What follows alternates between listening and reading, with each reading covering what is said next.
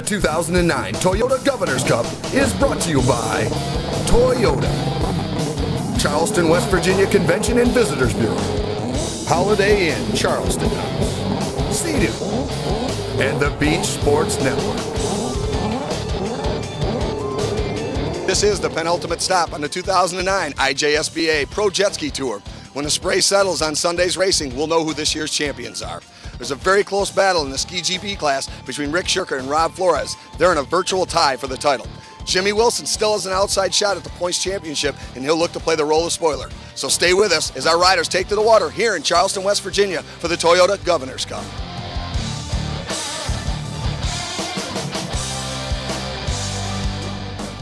Pro-Am Ski GP on course. Out of the hole shot, your early leader, the 106 of Bill Hurricane Haig out of Apex, North Carolina. However, going to the outside run, Rick Shurker on the number 912 Fly. Scat Track, Hydroturf, Riva Kawasaki looking for some clean water. Makes a left and charges down that long front straightaway. Out of the inside split, here comes the Hurricane. They're side by side as they charge for that far right-hand marker. Shurker on the right, Hurricane on the left. They go through the corner. Look at this. Shurker with a great move takes the lead on the outside. That puts the number 106 of Bill Hurricane Haig back in second position. Coming through in third is the 300 of Jimmy Wilson on that Hurricane Racing Slippery Scott Goggles Kawasaki. You can see Shurker dialed it up as he makes a left and heads past that back marker.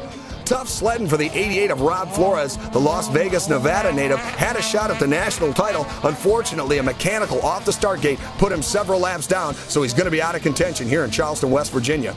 We look back at our leaders there. You can see he's running the same pace as that group, however, a couple of laps down. There goes Shurker around that left-hand marker. We passed Haig, takes a look over his shoulder, realizes Haig's about 10 bolt lengths back. All he's got to do is relax, finish these last couple of corners, get to the finish line marker, and he will win his first ever IJSBA Pro Jet Ski National Championship, finishing up here at the Toyota Governor's Cup in Charleston, West Virginia.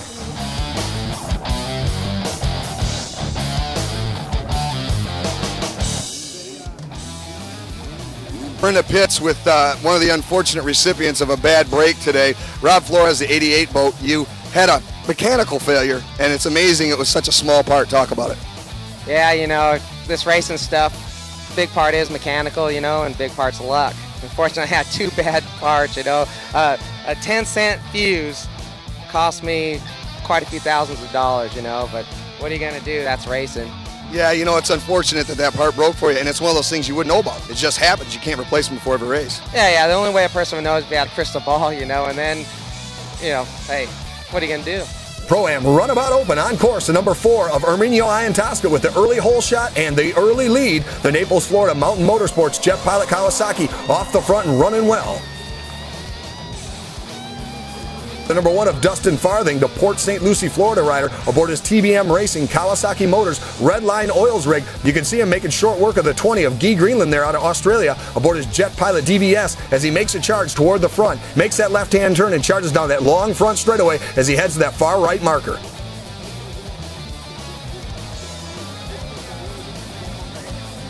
There's your second place racer right now, number 477, Jay Edworthy out of Cambridge, Ontario, aboard his Race Tech Sea-Doo. Edworthy trying to hold off the hard charge of Dustin Farthing aboard his number 1 rig as the young man out of Port St. Lucie tries to track him down. There's your 4th place rider on the number 1 USA. That's Billy Dearman on that big white boat coming to you out of Madison, Mississippi, running his Judge Motorsports Kawasaki for all it's worth. There's your 2nd place rider being passed now by the number 1 of Dustin Farthing. So Farthing finally gets around the 477 and solves the riddle that is Jay Edworthy. So the Cambridge, Ontario rider on his Race Tech Sea-Doo shuffled back to 3rd. Farthing is long and gone. The capital of West Virginia, Charleston is located on the Kanawha and Elk Rivers at the intersection of 3 major interstate highways. Long an industrial city, Charleston is growing as an arts and cultural center, largely in thanks to the Clay Center for the Arts and Sciences. Hi, we're here in downtown Charleston, starting our city tour here at the Clay Center. Let's get started.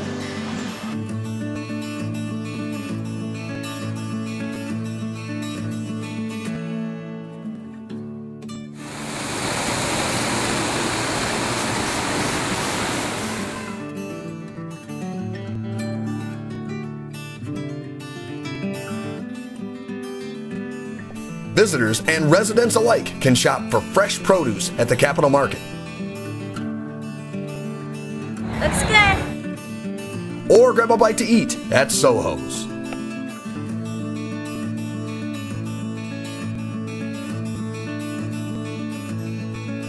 Every town on the tour has shopping, but the Charleston Town Center offers 3 stories of shopping and dining, located just a stone's throw away from downtown hotels and businesses. Behind me are the steps leading up to the heart and soul of West Virginia, the state capital, Charleston.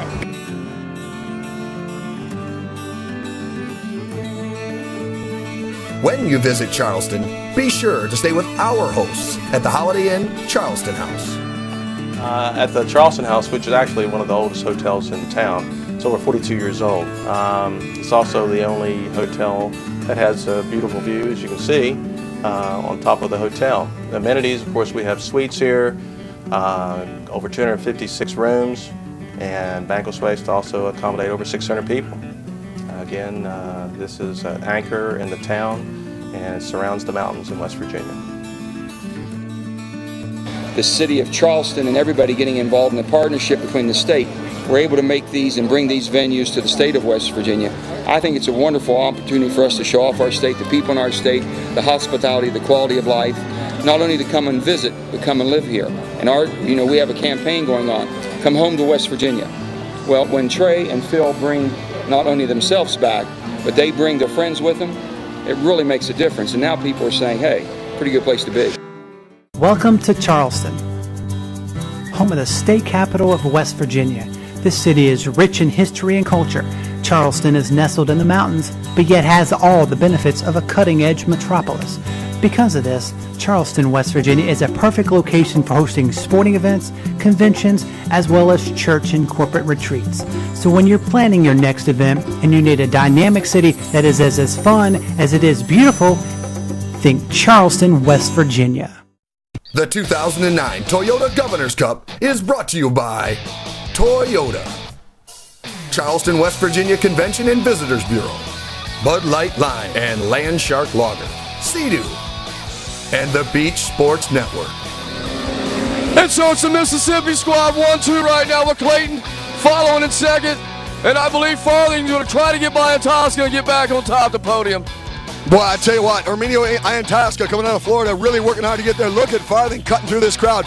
Big debris out there. These guys negotiating best to get. Oh, buoy miss there, Boomer. Farthing misses another buoy. Now he loses 2 more spots. The kid's going to have to go to work down the backstretch. That TBM Racing Kawasaki, he'll light the fires and kick the tires underneath that rig. The number 1 of Dustin Farthing in an unusual position. He's back in 4th place, trying to track down the leaders. Yeah, Dearman misses a buoy too as he comes through there. He had to track back and make it up. So now Dearman with the unenviable task of trying to track down that number 1 boat of Dustin Farthing out of Port St. Lucie, Florida on the TBM Racing Kawasaki Motors rig. And so Farthing all the way to the front. I tell you what, Farthing out front right now, going down the backstretch. After 2 missed buoys and running 5th, he's now your leader with halfway to go. Oh, Scotty Wilk misses a buoy. He's got to go back and collect that buoy. He loses 2 positions. And now Wilk, he's out of the points battle. He loses 2 more spots to Dearman. Dearman with a half-track reprieve right now. Well, this is huge because, as we know, this is a 3-moto format here. Scotty Wilk needs to get back up in there, get on the rear fin of that number 1 boat of Dustin Farthing. And there's Farthing taking the checker, but it's going to be it. Dustin Farthing crossed the finish line leading the race, but it was ruled that he missed a few buoys on the course that he failed to pick up, leading him to place 5th in the race. Adding insult to injury, the Coast Guard and race officials declared that it was unsafe to continue Sunday's racing due to the amount of debris in the Kanawha River. 20-foot-long trees and large stumps floated through the course, and racing was halted out of concern for the safety of our riders. Season point totals then had to be calculated based on the racing to that point. Here's how it all shook out. In the Pro-Am Ski GP, it was Rick Shirker in 1st place. Bill Hurricane Haig finished 2nd, and Jimmy Wilson rounded out the top 3. In the Pro-Am Runabout Open, Billy Dearman ended up 1st, Herminio Itasca 2nd, and Scotty Wilk 3rd. The 2009 National Tour finished up here in Charleston. And on behalf of Upstate Watercraft Promotions, we wish all the national champions good luck at the IJSBA World Finals at Lake Havasu, October 10th through the 19th. Check out UWP Inc. for the latest news and information. So another phenomenal weekend of racing brings the 2009 IJSBA Pro Jet Ski Tour to a close. Get to UWP-Inc.com for the latest jet ski news and the final championship standings. We look forward to seeing all of you at Lake Havasu in October. Until then, for Upstate Watercraft Promotions in the Beach Sports Network, I'm David Nisley. Back here in Charleston, West Virginia with Tony Vo, owner and operator of Jet Drive. Talk a little bit about this event and where we're at here. What do you think of having beach volleyball and the jet skis together? You know what, with watercraft and also with the beach volleyball is two of the coolest lifestyle sport around. And for the organizers and the promoters to combine the two, it's awesome. I mean, right now we're actually getting some players that have never seen a watercraft before asked about it. Some watercraft guys seen the pro beach volleyball here, they asked about it too. So I think this is a perfect marriage. We're here at the Toyota Governor's Cup in Charleston, West Virginia with the world's strongest man, Phil Pfister. Phil, your first time at a race on a jet ski, how's it feel? Man, you know, you get out there in that water and it's not like going out and playing every evening after work. It's like there's super chop, your heart's pounding the whole time you're trying to get laps in. And for a beginner, man, it really is the beginning. It's tough, man. It's a lot of work. It's a lot of fun, though. Stick around because I don't know what I have to say next because I think it's something to do with the action heating up and something like that. So later on, we'll get this right. When you watch that TV, it'll look really good.